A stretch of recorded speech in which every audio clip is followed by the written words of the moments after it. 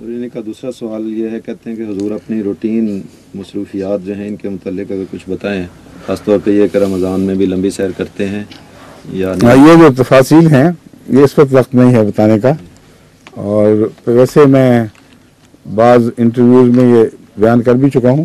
آپ ان کو لکھ دینا جہاں جہاں چھپے میں. بعض دفعہ یہاں لجنہ والوں نے بھی اپنے رسائل کے لیے مجھ سے انٹرویو لیا تھا، اور این ایڈمسن نے بھی کچھ اس کو لیا ہے. اس کے علاوہ وہ جو سنڈے ٹائمز کا اسپیشل ایڈیشن ہوتا ہے جس میں day in the life of اس کا عنوان تھا، اس میں میرے